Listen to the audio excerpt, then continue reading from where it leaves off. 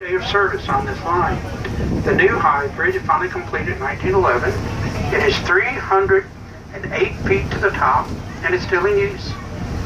A train may go over during our trip, but you might even see two trains pass one another. Can you see it? Mm-hmm. You think we're going to pass the kayaks? Maybe.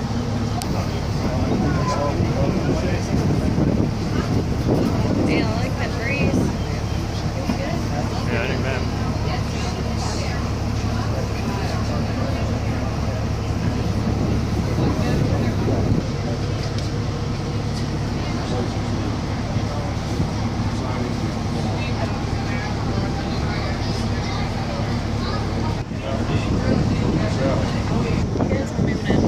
Now the land that High Bridge is built on, that was land that once belonged to the Shakers, who used to be the largest landowners in this area.